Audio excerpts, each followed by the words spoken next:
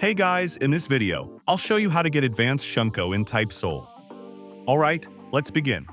First of all, the requirements for Advanced Shunko is first, you need to have Shunko, which is 40 Hakuda and 25 speed.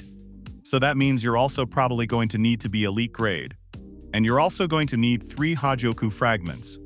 You can get Hagoku fragments from raids or playing ranked or clan wars. Once you have everything that you need for Advanced Shunko, you want to go to Soul Society and go to Division 6. In order to see where all the divisions are, you can just press comma on your keyboard, and then you're going to see icons. The Division 6 icon should look like a flower.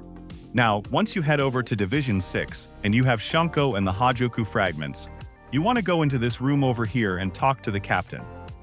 Simply, you're going to ask him to race, and it's not like a running race, it's a killing race. You just need to kill all the NPCs faster than he does. And once you finish that and kill all the NPCs faster than your captain, you should have Advanced Shunko. So that's basically how you can get Advanced Shunko in Type Soul. And that's it for this video. If you find this helpful, consider subscribing and giving this a big thumbs up. Thanks.